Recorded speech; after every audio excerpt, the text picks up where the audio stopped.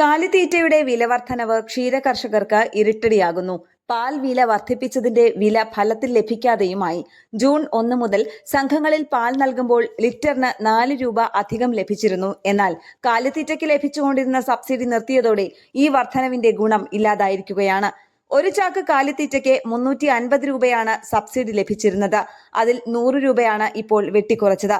മിൽമയുടെ Gomathi, KS supreme തുടങ്ങിയവയുടെ കാലിത്തീറ്റയ്ക്കാണ് വില വർധനവ്. കേരള ഫീഡ്സ് വില വർദ്ധിപ്പിച്ചിട്ടില്ല.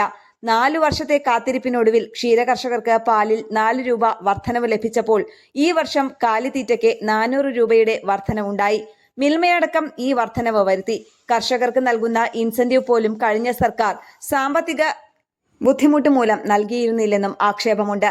രാത്രികാലങ്ങളിൽ പശുക്കൾക്ക് രോഗം വന്നാൽ ഡോക്ടറെ പോലും കിട്ടാത്ത അവസ്ഥയാണ് കർഷകർക്കുള്ളത്. ക്ഷീരമേഖലയിലുള്ള പ്രതിസന്ധി എത്രയും വേഗം പരിഹരിക്കണമെന്നാണ് ആവശ്യം. ന്യൂസ് ഡെസ്ക് കേരള പ്രണാമം.